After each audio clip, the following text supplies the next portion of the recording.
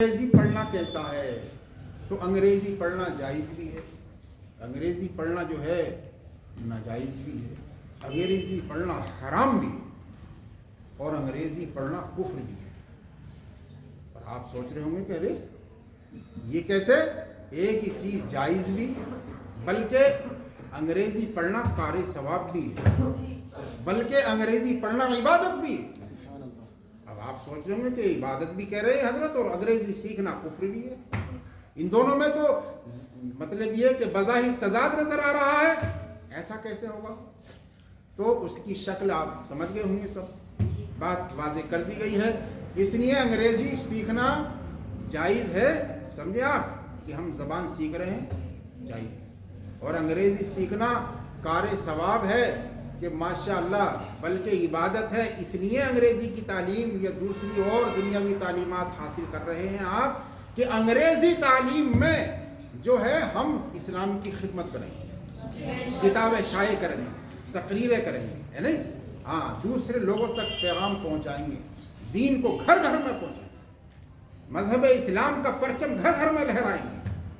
آپ کے اندر اگر یہ جذبہ ہے کہ اسلام کی اشاعت کریں گے، ہر طرح سے اسلام کی اشاعت کریں گے، تو یہ عبادت ہے، یہ عبادت ہے۔ اور اگر انگریزی اس لیے حاصل کر رہا ہے کہ ہم جو ہے VIP بنیں گے، کیا کہتے ہیں؟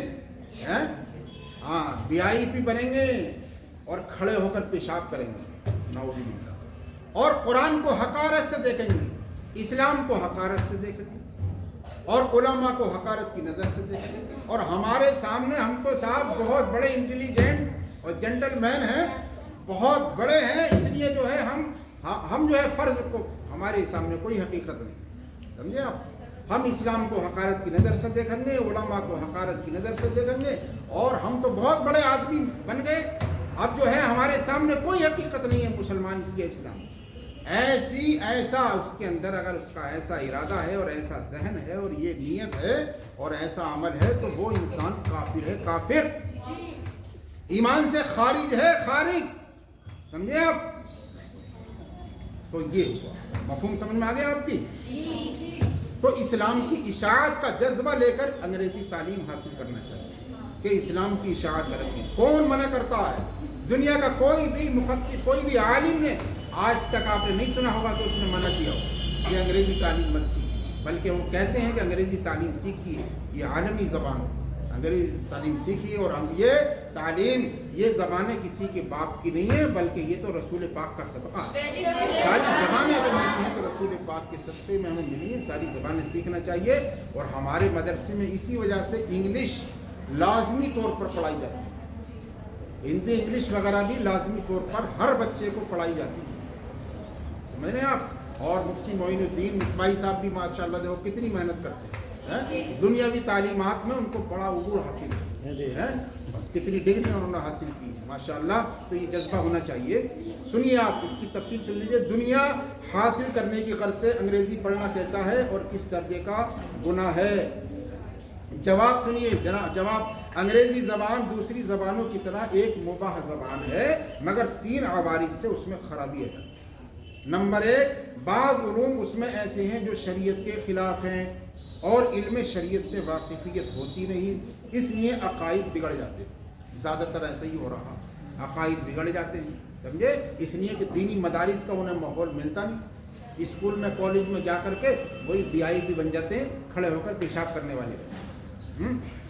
اور دوسری صورت سنیے، اگر ایسے علوم کی بھی نوبت نہ آئے تو اکثر صحبت بد دینوں کی رہتی ہے، ان کی بد دینی کا اثر اس شخص پر آ جاتا، کبھی اعتقاداً جس کا حکم اوپر معلوم ہو چکا، کبھی عملاً جس سے نوبت فسق کی آ جاتی ہے۔ اس کا خلاصہ ہم نے بیان کر دیا آپ کو۔ تیسری صورت یہ ہے کہ یہ اگر صحبت بھی خراب نہ ہو، صحبت بھی صحیح صحبت میں بیٹھتا ہے، خراب نہ ہو، تو کم از کم اتنا ضرور ہے کہ یہ نیت رہتی ہے کہ اس کو ذریعہ معاش بنائیں گے، اس سے پیسہ کمائیں گے، چاہے طریقہ معاش حلال ہو یا حرام، اس سے کوئی مطلب نہیں، حرام بھی ہو تو چلے گا، سمجھے؟ یہ اگر نیت ہے تو یہ غلط ہے۔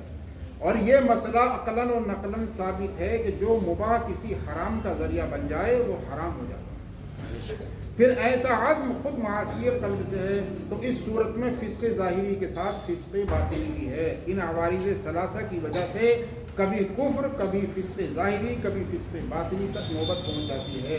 اگر کوئی شخص ان تینوں عوارض سے پاک ہو، یعنی عقائد بھی خراب نہ ہو، جس کا آسان طریقہ یہی ہے کہ علم دین حاصل کر کے یقین کے ساتھ اس کا اعتقاد رکھے اور اعمال بھی خراب نہ ہو، نیت بھی یہی رہے کہ اس سے وہی معاش حاصل کریں گے جو شرعاً جائز ہے، اور پھر اسی کے مطابق عمل بھی کرے، تو ایسے شخص کے لیے انگریزی پڑھنا درست ہے۔ اور اگر اس سے بھی بڑھ کر یہ ارادہ ہو کہ انگریزی کے ذریعے دین کی خدمت کریں گے تو اس کے لیے عبادت ہے۔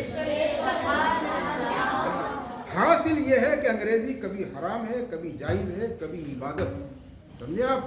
تو انگریزی کی تعلیم یا دوسری تعلیمات جو ہیں وہ اس نیت سے حاصل کرنا چاہیے کہ ہم اسلام کی خدمت کریں، اسلام کی اشاعت کریں گے، تقریروں کے ذریعے خدمت کریں گے، تحریروں کے ذریعے خدمت کریں گے، جہاں تک بھی ممکن ہو سکے گا جس طرح سے بھی دوسری زبانوں میں اسلام کی اشاعت کریں گے۔ یہ اگر جذبہ ہے آپ کے اندر تو یہ انگریزی کی تعلیم سیکھنا عبادت ہے۔ اللہ تعالی ہم سب کو عمل کی توفیق رکھے۔